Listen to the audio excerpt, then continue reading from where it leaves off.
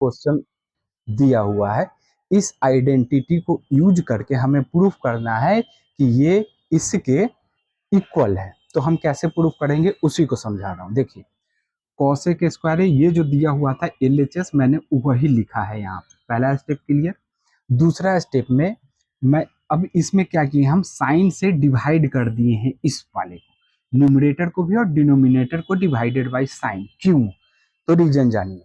इसलिए क्योंकि यहाँ पे साइन है और कॉस है, दोनों दिया ही हुआ है, तो इससे आगे हम बढ़ ही नहीं पा रहे हैं। ठीक है, इसलिए हमने क्या किया, साइन से डिवाइड कर दिया। हाँ, कॉस जो कटने वाला था ये इससे कट गया साइन बाई साइन, ये इससे कट गया sine by sine. Cos a by sine a is equal to होता है हमारा कॉट। ये जहां जहां है कॉट लिख दिए, ये जहां है वहां पे कोसेक लिखिए। ये स्टेप के लिए वन को हम इस साइड लिख दिए और कुछ नहीं किए, इसको इधर भेज दिए। ठीक है, ये देखो ये वन निकाल लिए इसमें से। तो वन का वैल्यू हम या तो ऊपर में पुट कीजिए न्यूमरेटर में या तो डिनोमिनेटर में। बोथ में अगर पुट कीजिएगा तो दिक्कत हो जाएगा। न्यूमरेटर में पुट किया है, ठीक है, तो न्यूमरेटर में पुट कर किए हैं। यहाँ पे देखिए ये हमारा वन के जगह पे ये डाल दिए, ये डाले वन के जगह को ए स्क्वायर है माइनस इसको मान लिए बी क्योंकि स्क्वायर है। ठीक है, तो ए स्क्वायर माइनस बी स्क्वायर क्या होता है, ये वाला फॉर्मूला हम यूज कर दिए, ए प्लस बी माइनस बी। इसी को दो बार लिख देना, तो ये लिखे ये स्टेप लिखे, दो बार लिखे।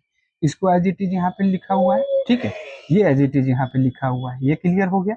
अब ये हम एक टर्म माने हैं ये वाला और इसको एक टर्म लिए, इस दोनों में से क्या कॉमन है, तो ये यहाँ पर भी है यहाँ पर भी है, तो इसको हम लोगों ने बाहर निकाल लिया। तो यहाँ बाहर निकालेंगे तो यहाँ पे क्या बचेगा, वन।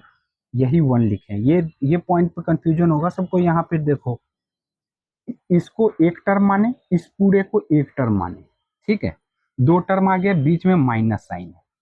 अब ये और ये पूरे में से कॉमन क्या क्या है, तो ये और ये इसमें भी है, तो इसको और इस बाहर ही निकालिए। बाहर निकल गया यहाँ पे, बड़ा यहाँ पे बचा क्या, वन, माइनस साइन है तो माइनस साइन, फिर ब्रैकेट स्टार्ट है तो ब्रैकेट, और ये वाला जो है ये वाला हम लोगों ने यहाँ लिख दिया, ये ब्रैकेट क्लोज।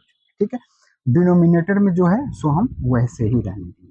फिर अब क्या हुआ, तो इसको ऐसे ही हम लिख दिए, फिर वन हो गया यहाँ पे माइनस कॉसेक है, और माइनस से इसमें मल्टीप्लाई होते क्या हो जाएगा, प्लस हो जाएगा, तो ये हो गया। अब डिनोमिनेटर में देखिए यही है, न्यूमरेटर और डिनोमिनेटर दोनों मैच कर रहा है यहाँ पे, ये टर्म को छोड़ करके, तो ये कैंसिल आउट हो गया हमारा। अब बच गया हमारा ये, तो यही तो हमारा आंसर था, इज इक्वल टू RHS।